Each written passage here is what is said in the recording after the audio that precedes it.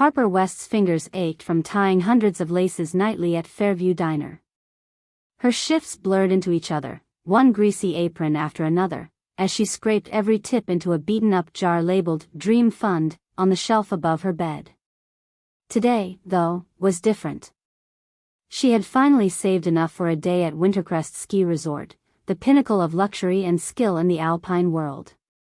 Clutching a borrowed ski jacket that smelled faintly of mothballs but was lovingly patched, Harper stepped into the posh lobby. Immediately, her senses were overwhelmed by the opulence that defined Wintercrest. Crystal chandeliers scattered rainbow lights over gleaming mahogany counters, and the soft murmur of well-dressed patrons filled the air. The smell, a delicate blend of spiced cider and cedarwood, exuded exclusivity. Harper winced as she caught a glimpse of her reflection in the polished glass, her simple outfit an unintentional declaration of her status. Her thrift store ski pants and mismatched gloves stood out amid the designer brand strutting through the entrance.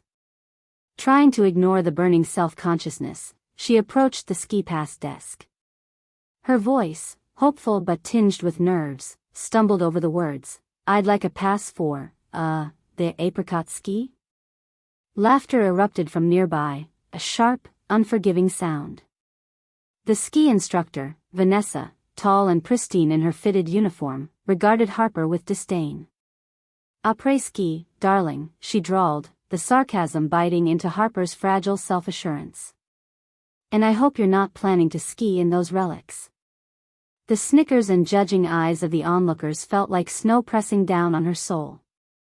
Crushed and exposed, Harper's cheeks burned as she fought back tears, wondering if this was the only reception her hard-earned day could afford. Harper stood there, heart pounding in her ears louder than the ambient laughter. The humiliation seeped into her bones, each whisper and dismissive glance from the onlookers weighing on her like an unforgiving snowdrift. She turned, not daring to keep her eyes on the elegant patrons who seemed to thrive on schadenfreude. Her vision blurred, tears threatening to spill from the corners of her eyes. She made a swift, quiet exit towards the door, pretending it was a strategic retreat rather than a flight from humiliation. Outside, the bitter wind felt stark and biting against her cheeks, a stinging reminder that she was miles away from her comfort zone. Harper found a deserted bench near a powder-draped tree, its branches sagging under the burden of newly fallen snow. She sat, drawing her knees close, trying to compress herself into the smallest possible space. It was here, in the picturesque but indifferent embrace of the mountains, that she let the tears flow, warm tracks trailing down her chilled face. She could still hear Vanessa's cruel laughter echoing in her mind, a mocking serenade. Harper felt raw, each snicker replaying the misjudgment she'd wanted to escape for just one day. This was supposed to be her haven, a respite from long hours, greasy counters, and the unglamorous routine that defined her life. She thought of every late-night shift she had rallied through, every steaming cup pushed across the diner counter, all for this fragile dream. Memories ebbed and flowed, back to her cramped but cozy apartment where the air always smelled faintly of coffee and pancake batter. Each dollar she'd hoarded in that jar was a reminder of the small freedoms she'd foregone, movie nights with friends, a new coat for winter, each choice weighing the scales between necessity and a singular indulgence. She recalled her doctor's prescription, the need for exercise following a series of health concerns, a subtle warning she dared not ignore. Skiing would be perfect, she'd thought, a blend of leisure and therapy wrapped in sparkling snow. Among the reasons was also her suppressed wish to commemorate something she rarely confessed, a tribute to her mother, who had never known how to find joy amidst hardship. Harper promised herself that she wouldn't follow the same path. Yet here she was, her attempts at new beginnings greeted by disdain.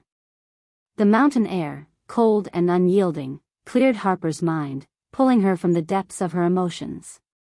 Her mother's voice, gentle yet firm, reverberated in her memory, "You may not have much, but you've always got your heart, Harper." Her mother, who taught her resilience wasn't something sewn into a coat's lining but grown in the heart's rugged terrain. The facade Harper had crafted from hope began to feel solid beneath her, an invisible force that prodded her to stand. She looked at the trails weaving down the mountain, tracing graceful arcs in the distance. There would be other dreams, but today felt beyond salvage. Still, in standing and looking forward, rather than inward, she saw the world anew, vibrant and unchanging, regardless of her aching heart. She took a final breath of the crisp alpine air, grounding herself as best she could. It couldn't end here, surely there must be something left of her day she could reclaim. Just as she decided to leave the bench, she heard a faint, distracted yawn disrupting the quiet, a surprised bird, perhaps? But it was followed by a pathetic whimper. Curiosity wove through her heartache, and she headed towards the sound. Behind the ski lodge, somewhat hidden from the manicured facade presented to guests, a small shed stood, its paint chipped and roof slightly bowed. Near it, behind an improperly latched gate, lay a tiny stray dog, a patchwork of brown and white, trembling and trapped. Harper crouched beside the gate, pushing it open gently, her heart softening at the small creature's vulnerability. The dog scooted back hesitantly, eyeing Harper with mistrust. With slow, careful movements, she reached into her pack, extracting her untouched lunch. "Hey there, buddy," she spoke softly, breaking a piece of her sandwich to offer the dog. The dog sniffed cautiously before inching forward, finally claiming the morsel. Harper felt the stirrings of empathy flow, realizing this little soul was as misplaced and overlooked today as she had been. It angered her that no one had thought to care for the creature, that the resort's embodiment of exclusion extended beyond just the people who watched the slopes. Compelled by both compassion and indignation, Harper retrieved her phone. The sun caught the device's screen, flaring brightly in her eyes, as she captured the moment, crouching beside the forlorn dog. An idea, clear and decisive, blossomed amidst the spectral frustration. She would document this oversight, paint it truthfully in pixels and words, a neglected guest not because of status, but circumstance. With a resolve that mirrored her mother's unwavering spirit, Harper reached out to a local animal welfare group through their app, sending the picture, a brief account of the dog's condition, and marking the location. Determined not to let it go unnoticed, she uploaded the pictures and story to her social media, crafting a narrative of negligence and elitism, each word carefully chosen to sting with the clarity of truth. As if by fate, her attention was drawn to hushed voices nearby. Two employees, unaware of her presence, spoke candidly, confidence buoyed by their isolation. In heated tones, they exchanged grievances about the resort's negligence, lift inspections skipped, safety precautions ignored, all in pursuit of profit margins.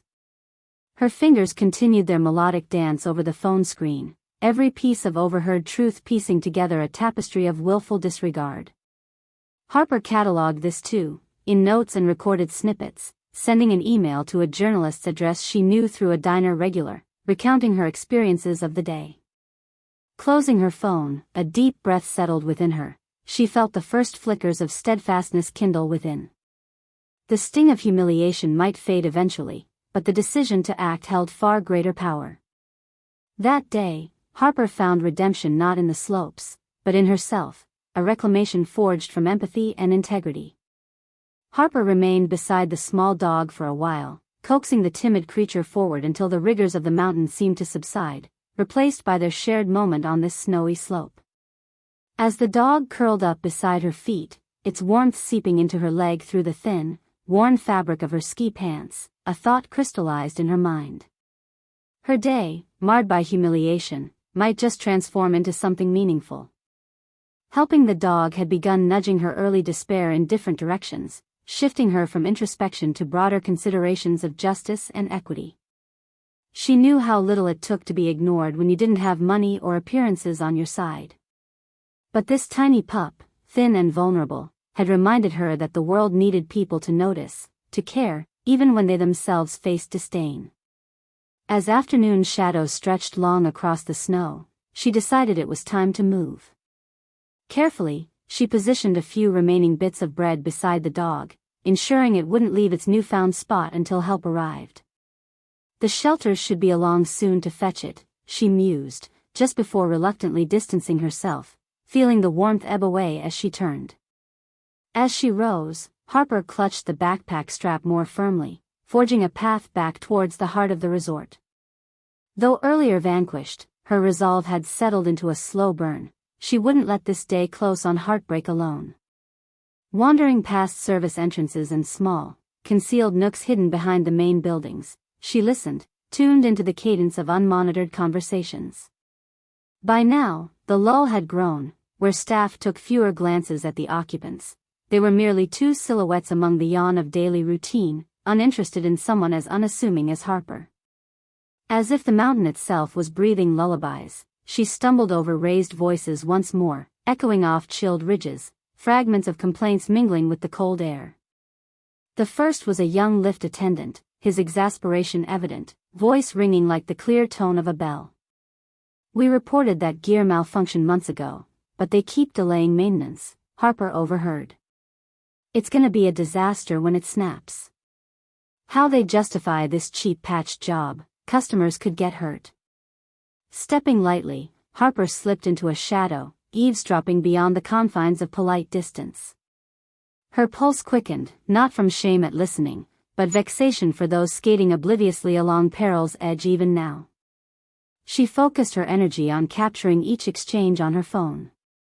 The second voice, gruff and somewhat resigned, belonged to a mechanic she couldn't see. "Hell, the only people they listen to are paying out of their league, paying enough to grease the damn pockets. Safety's a pretty word, not a plan." A niggling sense of duty wound tighter within Harper.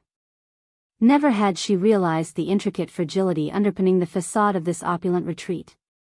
The slicked trails and finely ordered lodge presented a deceptive perfection, concealing fractious unseen truths. Her fingers flew, translating their concerns into brisk, decisive notes, each keystroke fueled by righteous indignation. Those reliant on her burgeoning platform needed voice, clarity. Now more deliberate in her purpose, Harper walked with renewed conviction around the mountain base, crafting detailed recollections of staff overhearing their complaints, the negligent treatment, and the toxic breach of protocol that pulsed beneath the resort's veneer. This culmination, a catalogue of injustices, would soon find wings in the wider world. Her heart felt lighter with each step taken away from the exclusionary gates until the peaks merely brushed the horizon, their snowy embrace chilled by an eve's descent. She hurried homeward now, thoughts collecting like snowflakes, as she prepared to communicate Wintercrest's neglect to the world. By the time Harper curled up on the small sofa in her modest living room, its familiar, worn cushions providing a much-needed solace, her phone screen glimmered with the uniqueness of her story. It was time to show others what she'd seen, voicing both solidarity and empowerment. She took a steadying breath before announcing her experience through a series of posts, images of the little dog, heartfelt words about the day's indignities, and irrefutable evidence of the resort's safety lapses and staff grievances. Her captions juxtaposed their grandiosity with harsh reality, moral fiber with class snobbery, mirrored across every vivid snapshot. Harper didn't shy from sharing the visceral reminders of her early embarrassment. But now, framed by purpose, her humiliation transcended momentary pain, aiming deeper into overdue retribution. She tagged locally influential profiles, mainstream news outlets, and advocates for both worker fairness and animal rights, her courage heartened by this digital call to arms. The initial responses trickled slowly. A heart here, a comment there as evening deepened. But Harper had planted seeds, knowing winter's chill might mean dawn for this cause. She spent hours monitoring her notifications, witnessing how her post's message began to morph, expanding far beyond what she'd hoped. As the room's shadows grew into velvet night, Harper watched alertly, the quiet click of keyboard key her anthem. Interest built steadily like a distant storm. Colleagues at the cafe, locals who shared indignation, civic-minded strangers, amplifying her voice like echoes calling justice from the shadows. Small circles widened, linking many who sought rift to unite against. In the following days, their scrutiny would sweep over Wintercrest like cleansing snows, each newly spat light anchoring Harper's tenacity within an unexpected community. Her satire had fallen short, yet perhaps something resilient would lift anew from that settled snow, revealing a harbinger formed of audacity and compassion. That night Harper slept fitfully yet with serenity's promise enfolded, reveling in the small reclamation she'd accomplished. Through trial's crucible she'd found purpose, a valiance unlooked for yet discovered, burning fervently within that first breath of freedom on high, snowy reaches.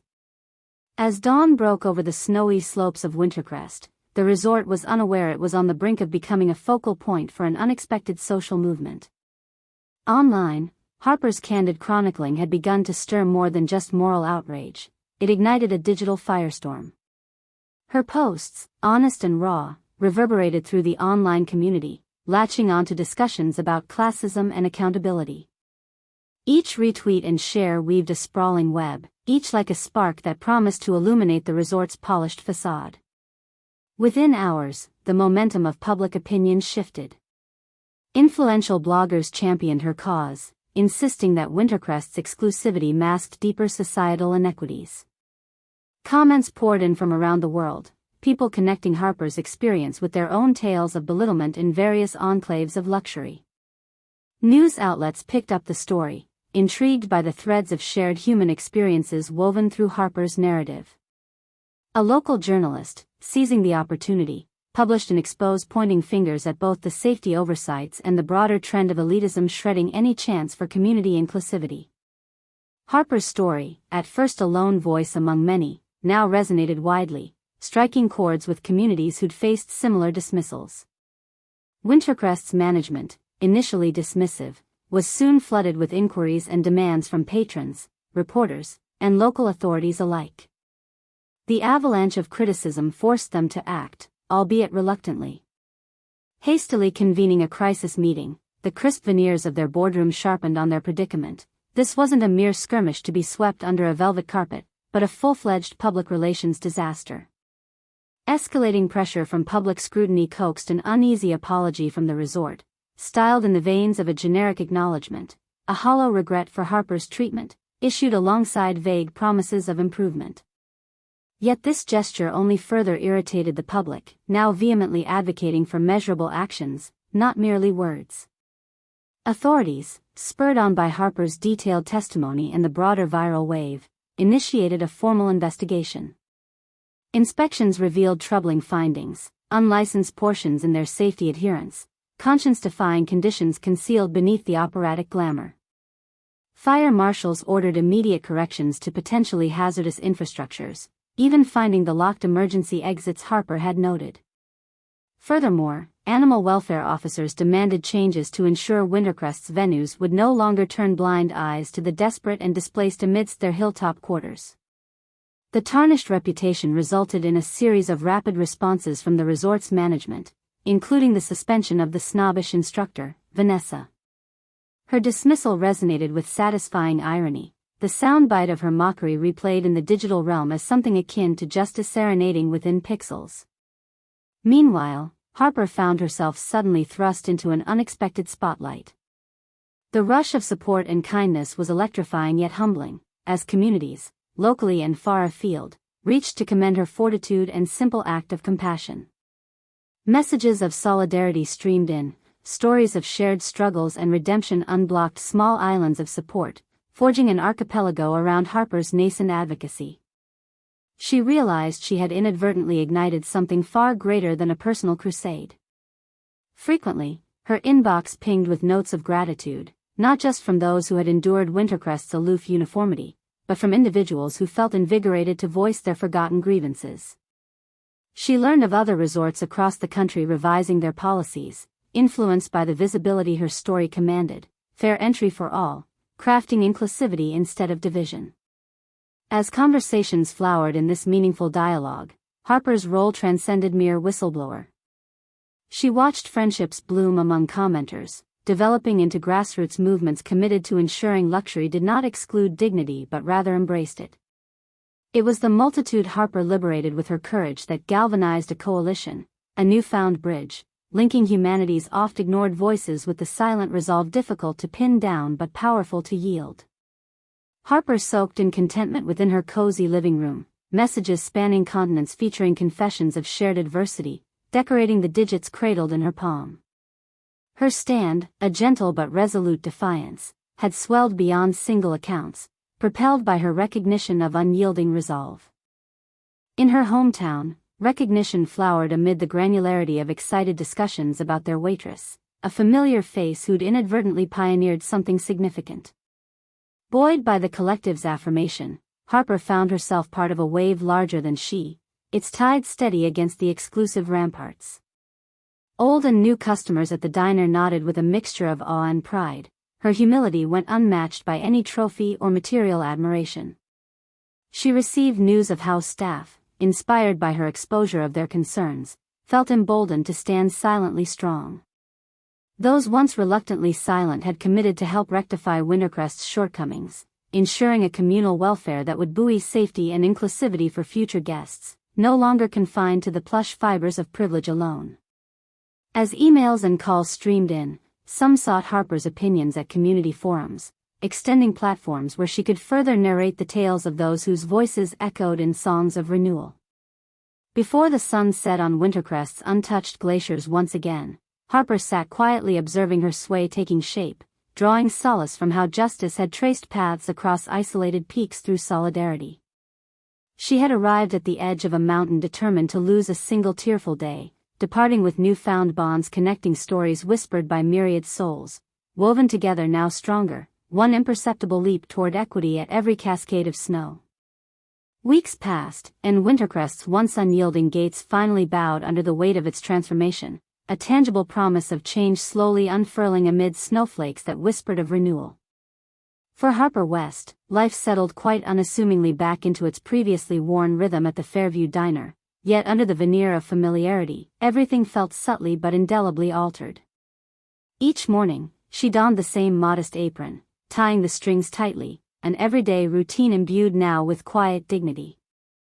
Her fellow waitstaff, attentive to developments over steaming mugs of coffee, regaled her with updates on the blossoming openness in high-altitude enclaves like Wintercrest.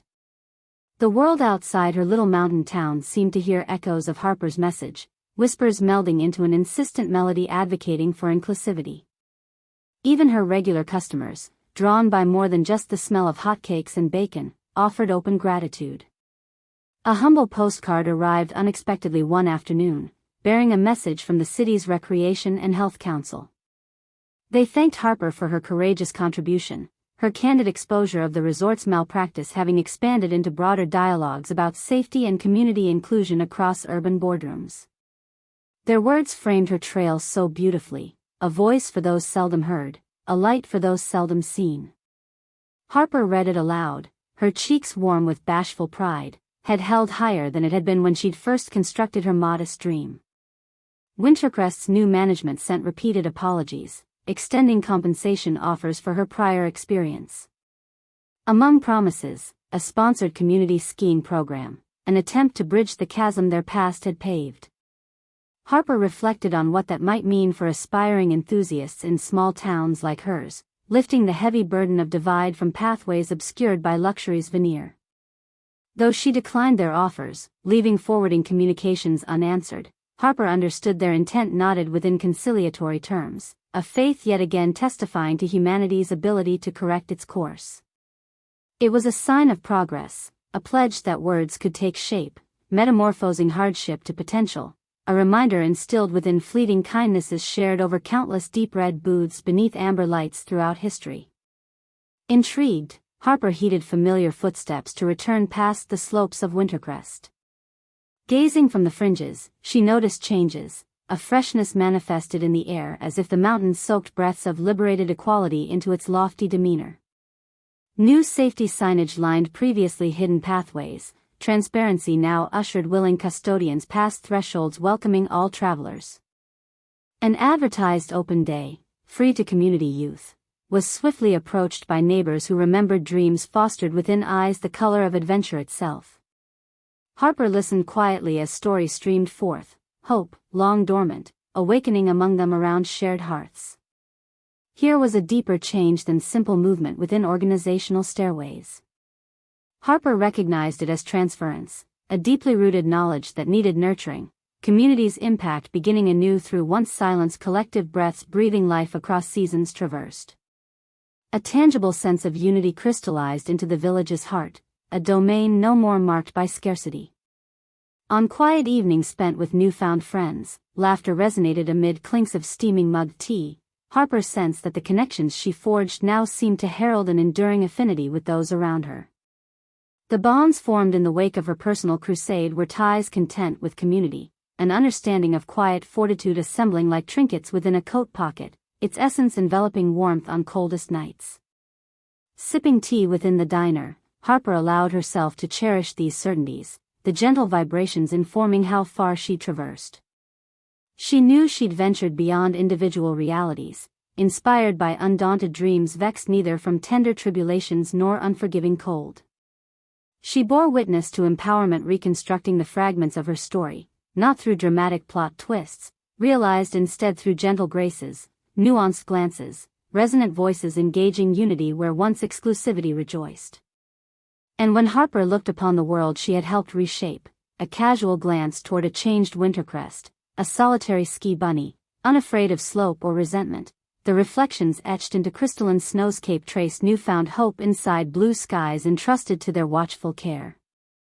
She returned to her small apartment, the legacy of that luminous plateau shaping every unspoken tenderness. Harper could at last indulge in a personal gesture. Her precious cup of peppermint tea stood untouched, cool and sweet amid spring's beckoning embrace.